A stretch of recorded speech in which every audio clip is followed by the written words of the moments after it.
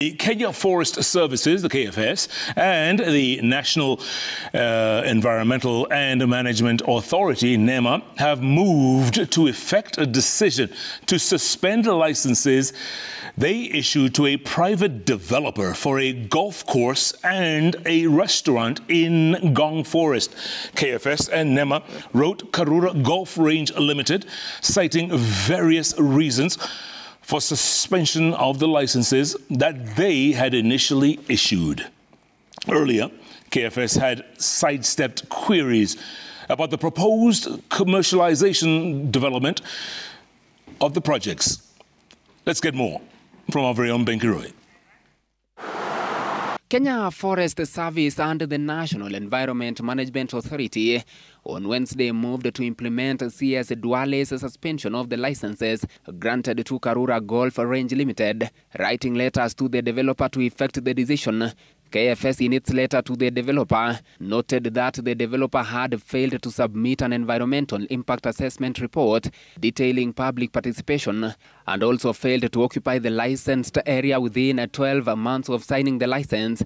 The National Environment Management Authority, in its letter to the developer, noted that the proposed project is within an existing pipeline wayleave, is a public forest of high biodiversity conservation that, among other things, require public participation, and that it needs a comprehensive compatibility assessment and quantitative risk assessment to determine viability and quantify the project risk impacts, among other issues. NEMA asked for a fresh environment impact assessment study and declared the environmental impact assessment license it had issued revoked.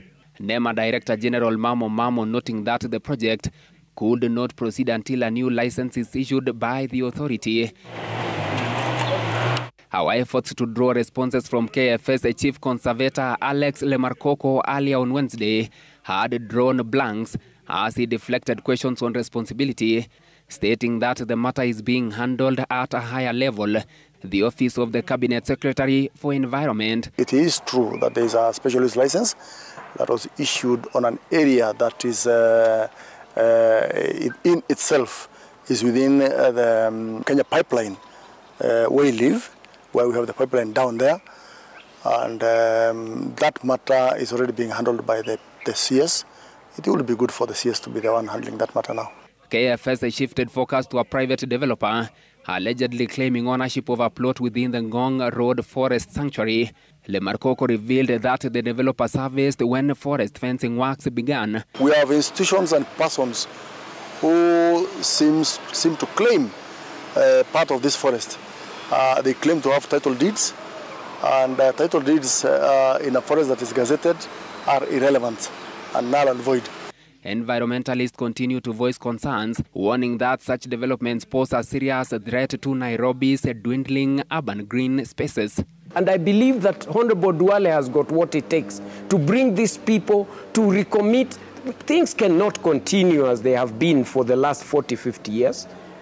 No, we shouldn't.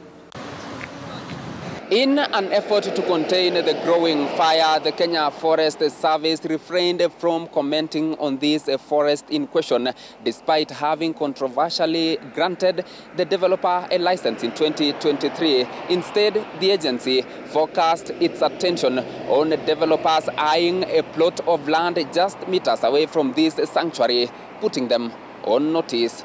Ben Kiroi, Citizen TV, Nairobi.